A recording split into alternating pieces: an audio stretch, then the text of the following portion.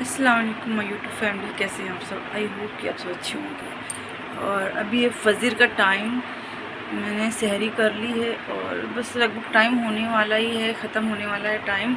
तो मैं वज़ू बनाकर आ गई थी। मैं सोच रही हूँ थोड़ी देर पहले कुरान पाक पढ़ लूँ, क्योंकि अभी टाइम है और अज़ान का पता भी नहीं चलता है कितने टाइम अज़ान होती है। तो सोच रही हूँ थोड़ी देर कुरान पढ़ लूँ, फिर अज़ान हो जाएगी तो फिर नमाज़ पढ़ लूँगी। और तो गैस यहाँ पर बस जान नमाज बिछा कर मैं पढ़ने लग गई थी पारा। तो अभी टाइम था अज़ान में, तो मैंने सोचा जब तक पारा पढ़ ले रही हूँ और पंखा वगैरह चलते रहते हैं तो अज़ान सुनाई भी नहीं देती है। कभी कभी सुनाई देती है, बहुत कम अज़ान सुनाई देती है। तो मैंने सोचा अभी करीब 5:30 बजे तक जो टाइम टेबल है ना, तो 5:30 बजे तक होती है अज़ान। तो मैंने सोचा अभी आधा घंटा टाइम है, जब तक मैं कुरान पाक पढ़ ले रही हूँ, फिर उसके बाद नमाज़ पढ़ लूँगी। और ये एरिया आप थोड़ा सा किचन में आप इग्नोर कीजिएगा। यहाँ का जो सिंक एरिया है ना, जहाँ पर मैं बर्तन धोती हूँ, वहाँ का पूरा फूटा हुआ है।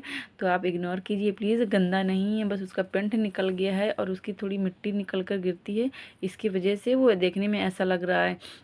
और अभी टाँकी की सफाई हुई है, जो ऊपर हम लोगों के यहाँ ऊपर टाँकी रखी है, टंकी, उसकी सफाई हुई है। तो यहाँ पर टाँकी में मैंने पानी भर कर रख लिया था, क्योंकि जो साफ़ करने आए थे वो भैया लोग बोल कर गए थे कि टाँकी की सफाई होनी है, टंकी की दवाई भी डालना है, तो आप लोग पानी भर कर रख लीजिए, पता नहीं कब तक पानी फिर चालू होगा।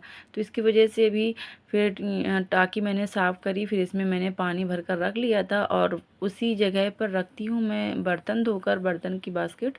तो फिर बर्तन मैंने उसी को ऊपर रख दिए थे रात में धोकर, तो रात के बर्तन धुले हुए रखे हैं। और बस यहाँ पर उठ गया था फरहान। और फरहान ना इतनी देर में कम से कम 3 बार उठा था, ये मेरे बगैर सोता नहीं है। अभी आ गई हूँ बाहर, थोड़ा सा अच्छा लग रहा था, बहुत खिड़की खोली ना तो ठंडी ठंडी हवा आई एकदम, तो बड़ा अच्छा लग रहा था। तो आ गई हूँ अभी बाहर, थोड़ा सा यहाँ पर टहल लूँगी। सुबह की नेचुरल हवा ना बड़ी अच्छी लगती है, बड़ा अच्छा लग रहा है, ठंडा ठंडा। और यहाँ पर फिर से मैं फरहान को सुलाकर आ गई थी, क्योंकि अभी ससुर जी का खाना बनाना है, क्योंकि उनकी दिन ड्यूटी चल रही है। तो उसको मैं सुलाकर फिर आ गई थी, वो सो गया था। और यहाँ बाहर का इतना खूबसूरत सा नज़ारा, इतना प्यारा लग रहा है एकदम सुबह सुबह। तो यहाँ पर सामने देख लीजिए, 2-3 दिन पहले ना बहुत तेज़ आंधी आई थी और बहुत बारिश हुई थी, बर्फ़ की भी गिरी थी साथ में, इतनी बिजली कड़क रही थी, तो इतने सारे पेड़ गिरे जंगल में।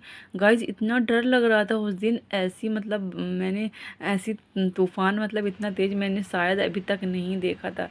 ये पेड़ एक दूसरे के ऊपर ऐसे झुक गए थे, एकदम पूरा काला छाया था यहाँ पर।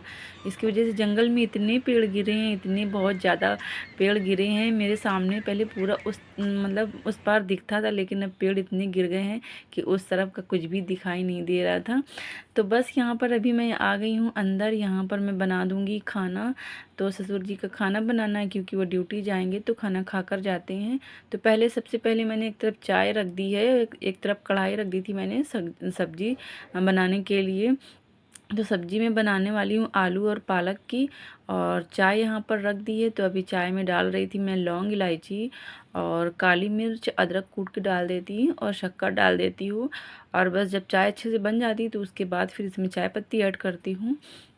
और तीनों लोग की चाय बन रही थी यहाँ पर। और यहाँ पर एक तरफ बना रही थी मैं सब्जी आलू और पालक की, तो ये सैफ के लंच में भी जाएगी। और जो लोग रोजे से नहीं हैं तो मतलब तीनों लोग के लिए, चारों लोग के लिए यहाँ पर खाना में मैं सब्जी बना दूँगी। और सब्ज़ी थोड़ी थी तो फिर मुझे दोपहर में कुछ बनाना पड़ेगा। तो यहाँ पर बस शक्कर अभी मैंने चाय में नहीं डाली थी, तो शक्कर डाल रही थी।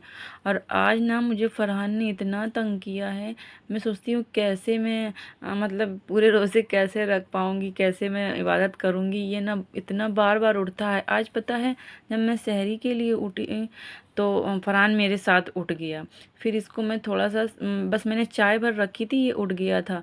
तो फिर इसको मैं सुला कर आई, और जो भांजा मेरा आया है तो उसके लिए पराठे बनाने पड़ते हैं। मैं तो दही रोटी ही खा लेती हूँ, मेरा चल जाता है।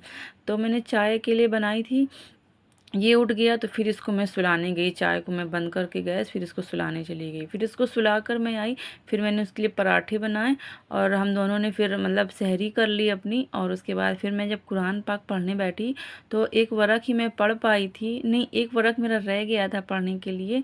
फिर फरहान उठ गया तो फिर मैंने इसको गोद में लेकर ही उतना पारा पढ़ा, फिर इसको मैं सुला कर आई कुरान पाक रख कर। फिर मैंने नमाज़ पढ़ी और नमाज़ बस पढ़कर मैं उठी थी। फिर अभी टाइम था तो मैंने सोचा जो आधा पारा रह गया उसको भी पढ़ लेती हूँ। तो जैसे ही मैं कुरान पाक पढ़ने बैठी तो ये फिर से उठ गया था, तो फिर मैंने इसको गोद में लेकर ही फिर मैंने उतना पूरा आधा पारा पढ़ा, फिर मैं इसको सुला कर आई बीच में। इतना ये ज़्यादा तंग कर रहा था। फिर इसको टॉयलेट कराने जब भी मैं गई थी फिर इसको फिर उसके बाद सुला कर आई मैं। फिर मैं बाहर चली गई थी टहलने और उसके बाद आ गई थी किचन में, खाना बना रही हूँ यहाँ पर। और बस ये फिर उठ के आ गया, ये उठ के अपने आप से ही आ गया था। और एक एक बार सिर्फ मुझे इसे लेने जाना पड़ा था, नहीं तो ये अब तो अपने आप से उठ के आ जा रहा था। और इतना ये बदमाश हो गया, बहुत ज़्यादा तंग करता है। मेरी आहट में सोता है, मैं रहती हूँ ना तो जैसे इसको पता चलता है कि मम्मा सो रही हैं। तो यहाँ पर चाय मेरी बन गई थी, एक तरफ रख दे रही हूँ रोटी। और इसको मैंने आग से गैस दूर बैठाया है, ऐसा लग रहा होगा कि ये चूल्हे के पास है लेकिन काफ़ी डिस्टेंस है, बिल्कुल भी पास नहीं है। और ये आग से डरता है, इसको मैंने डरा कर रखा है तो उस साइड बिल्कुल भी ये छूता नहीं है, बस ये लाइटर से खेल रहा था। और ये वाला जो बर्तन है ना, इसमें लौंग इलायची और ये सब जो थोड़े थोड़े जो मसाले होते हैं मैंने वो रख रखे हैं। तो इसको बहुत पसंद है, इसी से ये खेलता रहता है। तो इसको दे दिया है तो ये भी इससे खेल रहा है। और लाइटर भी इसका फेवरेट है, लाइटर से भी ये खेलना बहुत पसंद करता है। तो बस ये खेल रहा था, मेरा पूरा ध्यान, मैं इसको यहाँ पर बैठा लेती हूँ तो मेरा पूरा ध्यान इस पर रहता है, मैं इस पर रखती हूँ पूरा ध्यान, कहीं गैस छू तो नहीं रहा है। और किसी सुबह के टाइम ये ना बिल्कुल किसी के पास जाएगा नहीं, अगर इसको कोई बाहर लेके जाएगा तब तो ये चला जाएगा साथ में, नहीं तो अभी उठा तो ये किसी के साथ जाएगा नहीं। इसलिए मजबूरी में इसको अपने पास लेकर बैठी हूँ और अभी ये खेल भी नहीं रहा था। तो यहाँ पर बस मैंने अभी फरहान फिर जाकर खेलने लग गया था, थोड़ी देर बाद उसका मूड अच्छा हो गया था। और यहाँ पर खाना मेरा बन गया है तो सैफ का भी टिफ़िन में लगा दे रही हूँ। सैफ का टिफ़िन मैंने पैक कर कर रख दिया था और ससुर जी को खाना दे दिया था। बस उसके बाद मैं चली गई थी सोने, क्योंकि 1 घंटा टाइम था। और फिर सैफ को मैंने 8 बजे फिर उठा दिया था, 7 से 8 मैं सो गई थी जाकर 1 घंटा। और यहाँ पर मैंने दाल भी, मुझे तड़का लगाना था, दाल भी मैंने बना ली थी तो दाल में भी मैंने तड़का लगा कर रख दिया था। अरे मेरा बाप, आज भर की बस है पलाई, कल फिर थोड़ी देर होगी बस फिर छुट्टी। और रोज तो नहीं ड्रामा करता, आज क्यों ड्रामा कर रहा है? कहाँ अच्छा ही हो जाएगा पैर, लेट जाओ थोड़ी देर दबा दूँ और लेटोगे। पहने रहो जूते, पहने रहो, इधर पैर लटका के लेट जाना, चलो लेट जाओ, लेट जाओ, ऐसे लेट जाओ। ये वाला दुख रहा है ना, इतनी देर दबाया सही नहीं हुआ था। सैफ के पैर में ना बचपन से ही बहुत ज़्यादा इसको दर्द होने लगता है। तो आज अचानक से स्कूल जाने के टाइम इसको दर्द हो रहा था तो फिर मैंने इसको दबा दिया था पैर। थोड़ी देर बाद फिर ये चला गया था, जो मेरा भांजा आया है ना वही छोड़ने गया था। वैसे मैं इससे बोल रही थी कि मैं चली जाऊंगी, लेकिन सासू माँ ने इनको ही भेज दिया था तो अपने भाई के साथ ये चला गया था स्कूल।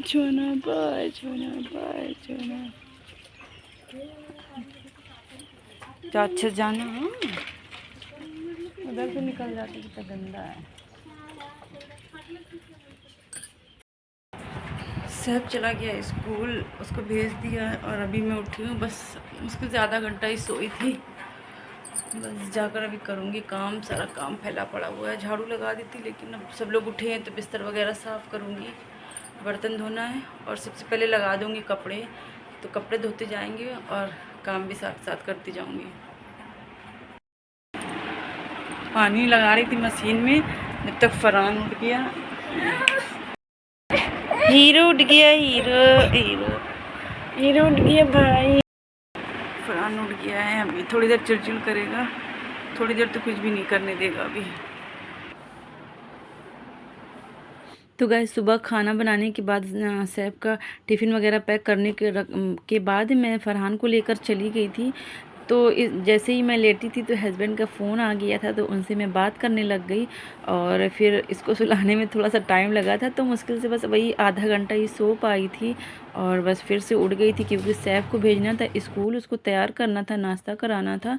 तो 8 बजे ही फिर मैं उठ गई थी, बस थोड़ी सी आँख लगी थी, बस तुरंत फिर उठ गई थी। तो सैफ को तैयार करके स्कूल भेज दिया है और फ़रहान फिर से उठ गए हैं। तो इनको बहलाने फुसलाने के बाद फ़रहान अभी खेलने लग गए थे और मैंने मशीन में लगा दिए थे कपड़े।